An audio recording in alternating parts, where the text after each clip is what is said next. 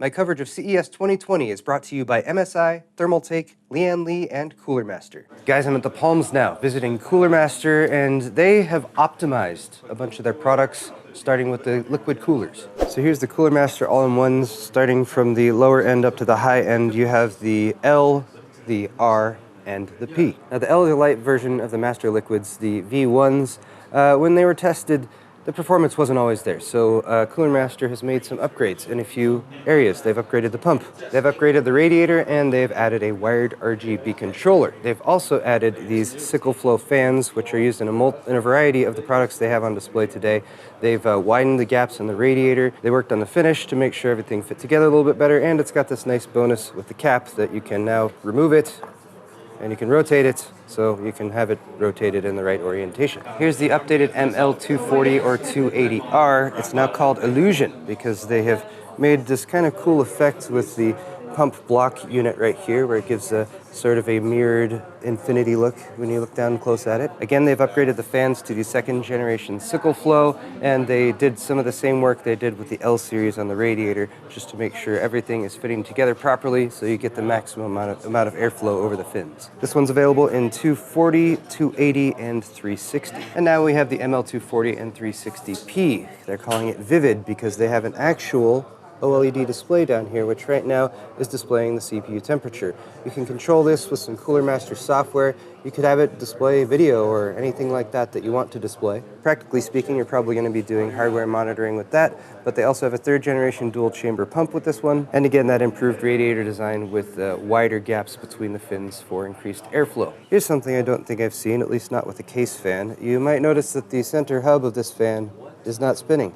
It's static, so they're just calling that static hub design. It's a work in progress right now. Actually, if you look at it from the side, it's hanging off there a little bit. But if you have a fan with a nice center design and you want to actually be able to see it even while the fan is spinning, that would be a solution for that. I talked about the SickleFlow V2 fans. Here is the entire lineup of them, going from 140 all the way down to 80, 92. These are going to be available in this variety of sizes. Then you can also get them static black with no lighting. You can have a central hub light, you can have a single light, or you can have addressable RGBs, available in a variety of flavors. And these are going to sell for anywhere from $7.99 up to about $15.99. So quality fan with some nice features for a reasonable price. Let's look at air coolers next. This is the Master Air G400P, optimized for small form factor systems. It has a 92mm fan on the top, and height-wise, it's not the slimmest, but it's got a decent amount of bulk there and weight. Lots of fins there for plenty of heat dissipation. You can see 4 heat pipes at the bottom going down to the base plate, and compatibility with a wide variety of sockets. So if you're looking for a small form factor build with a slightly beefier cooler than some of the super slim ones, that will be the G400P for you. Now here is the Hyper 212, which they have updated yet again because, you know, the Hyper 212, long-time popular cooler from Cooler Master, so why not make new revisions of it over time? This is the refreshed Hyper 212 Evo V2, and they have updated the X bracket for mounting at the bottom. You still have the 4 heat pipe design, but that X bracket, it was flexible for a wide variety of sockets, but not necessarily the easiest to install. So if you're familiar with the Hyper 212 Black Edition, that had an updated mounting mechanism. They basically added it to this, and they're still going to maintain the same low price for the original Hyper 212, so that's going to be a great budget option for anyone who's looking to upgrade from a stock heatsink fan. Here's the DT614, and Cooler Master introduced this with a bold statement. They're setting their sights on Noctua's NHD15, and they want this to be in the same class. It's going to be in the same price range at $100, but it's got a nice, clean, all-black look. Very impressive fin stack there. It's only got a single 140mm fan on it right now because the other one was damaged and shipping on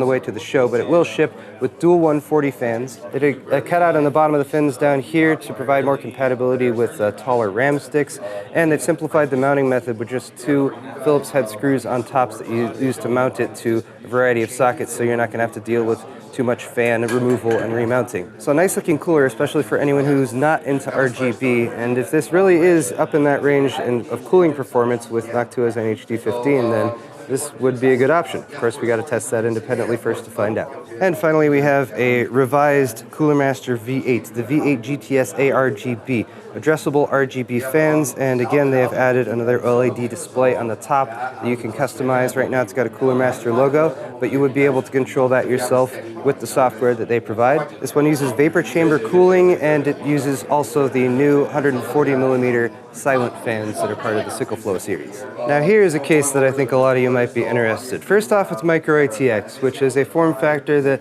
I keep promoting. I think it's a good in-between for a smaller system with still some of the flexibility that you get with a full ATX rig, and minus some of the limitations that you have with mini ITX. This case is going to be $60, $59.99 MSRP, available with a mesh front panel, or there's also an acrylic option available. You don't get both, you get to choose one or the other when you buy it, but it also has a tempered glass side panel. It's going to ship with 2 addressable RGB fans at the front, as well as an addressable RGB controller. So you got a nice, straightforward, clean design with some basic I/O with some USB 3.0 at the front. Looks to be good airflow, especially if you go with the mesh option here, but there's a good amount of ventilation on the side if you do go with the acrylic. You have some SSD mounts there on the top of the drive cage, and you got plenty of room in the front if you want to add a radiator, as well as good ventilation at the top with an included dust filter. So this is the MasterBox MB311L ARGB, and again, just $60. So guys, keep your eyes out for this one if you're looking to build a Micro ATX system. It should be available at the end of February, possibly beginning of March, but by the end of Q1 at least. Here's the TD500 Mesh. This one is available in a couple different colors. They have a black one here, they have a white one here. Yet again, plenty of airflow across the front, and I believe Fractal was the first one to do this sort of textured front panel, but Cooler Master has implemented it in several of their cases as well, and I think it does give a nice aesthetic to what would otherwise just be a flat mesh panel. This one's going to ship with 3 addressable RGB fans in the front. It does have a tempered glass side panel. I had to double check this at first because you've got some accents on the tempered glass as well, and that's something that you maybe see a little bit more often with acrylic. But again, I think a nice aesthetic touch to make what would otherwise be a fairly standard ATX case stand out just a little bit more. Up here on the front panel, we got a couple USB 3.0 ports and that nice Cooler Master logo power button. We got about the same expected availability for this case, looking at the end of February, beginning of March, and probably about $110 MSRP. Here's an interesting teeny tiny little case, and this one is made for the new Intel NUC that they're making in a variety of flavors. The base component here, which is like the motherboard, which has your CPU, which slots into a base plate via a PCI Express slot. That gives you a connection to the power supply for some additional power, and also allows you to mount a graphics card on the other slot down here. So kind of a unique, flexible design if you're into a NUC type system that uses SODIMM memory modules. And the power supply over here is one of Cooler Master's new SFX Power Supply units, which I'm going to show you a few more of in the future, but this one's specially designed because the power connection for the NUC board is actually like a 10-pin, so not the normal type of connection you'd have for a typical motherboard. So this system has a really, really tiny footprint, and it also has a decent amount of expansion, not quite the same as building your own system, but you can add your own graphics card. With the 650-watt included power supply, you can fit up to an RTX 2080 Ti, so basically any graphics card you might want. This entire unit is going to ship with the power supply, the case, and the base plate for connecting up the NUC, and it's going to sell for about $200. So you'd have $200 plus the price of the NUC that you decide to slot in there, and then add your own graphics card. You can make a pretty powerful system in a very small form factor. Just got to add up the cost of all those individual components. And one last thing to note is if you're looking at the NUC unit and the graphics card, they're really close together right now. So right now, Cooler Master is using the base plate that Intel has sourced, but they want to redesign it and make one of their own just so they can provide a little bit more space between those two components. Still works just fine as is, but a little bit better cooling is never a bad thing. Look, SFX Power Supplies, aren't they cute? I love little SFX Power Supplies, and Cooler Master has done something that nobody else has done yet, at least according to them. And as far as I can tell, they're telling the truth. But let me just reposition these so you can see the wattage. So we got 550, we got 650, we got 750, and we have 850 on this placard right here. So there's not an 850 watt sample here, but it will be launching along with the rest of these. These are all 80 plus gold rated SFX Power Supplies. We're expecting these to come out at the end of March or possibly April. They are all 100% fully modular. They're all going to have a 0 fan speed mode, so the fan's not going to spin up unless the power supply actually starts to heat up, you get an adapter bracket. So if you want to install this in a case that's made for ATX power supplies, but you just want to give yourself some more space for cable management, or often very useful if you're building a water cooling rig, just to give yourself as much room as possible. These are called SFX Gold, so keep an eye out for them, available in the next few months.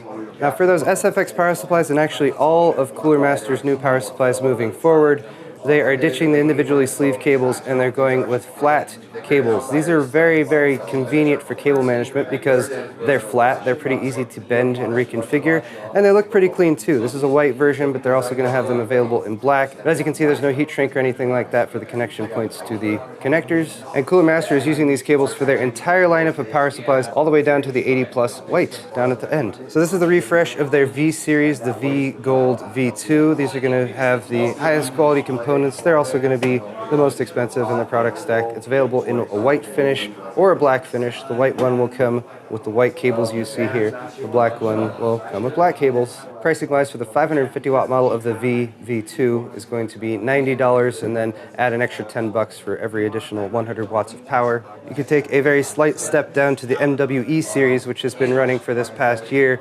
These are good power supplies. These are also 80 plus gold rated. 550 watt version of these will start at $80 and then move up from there, basically an extra $10 per extra 100 watts. And then right here, similar to that $60 case, I think is a very compelling product for anyone who's looking to build a budget system. This is the V Bronze series, so they've taken the MWE bronze rating, added a V to the front. That's cool with me. But what you have here is a bronze rated power supply, so the cost is not going to be that bad. Starting at just $70 for the 550 watt version, and it's fully modular.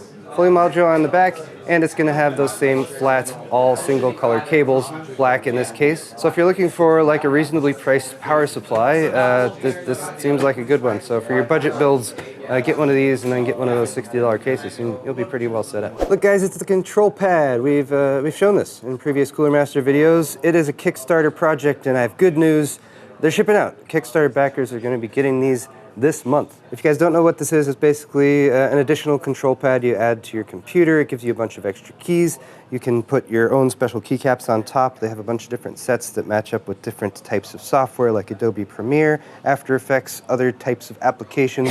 Got some roller bars up on the top for controlling things like audio, or you can assign those yourself. Nice wrist pad at the bottom, and then of course these are analog, so it actually tells how far down you're pushing each key. So if you want to use these for gaming, that's going to be a great option as well. People have been waiting for this to come out for quite some time, so good news for your Kickstarter backers. If you are interested in getting this and you're not a Kickstarter backer, probably looking at more towards April for general availability to the public, and they should be selling for around $100 to $110 depending on the type of switches you go with. The SK series has been very popular because they're small, low profile, they have low profile keys. They've updated these, so this is the SK622 and the SK652. Rather than the flat style keys, they've gone with the curved ones. There's a little bit easier for typing, and they have now made these available with different switches. They're sourcing the switches from TTC, but that means that they're going to be able to bring these in at a bit lower price. And if you think these are rad, they should be available by the end of Q1. And let's talk about mice. This is the CM Storm Spawn, which is a mouse design from a good 10 years ago that Cooler Master made. It's one of those fingertip grip mice that has a little bit of a spot there for your ring finger, and it was a very popular old design. So Cooler Master decided to take this and make an extremely lightweight version of it right here. So lightweight, in fact, that there's nothing inside the mouse. It's just a plastic shell. I'm just kidding. These are just samples that they've brought along. They've made them in a variety of different colors.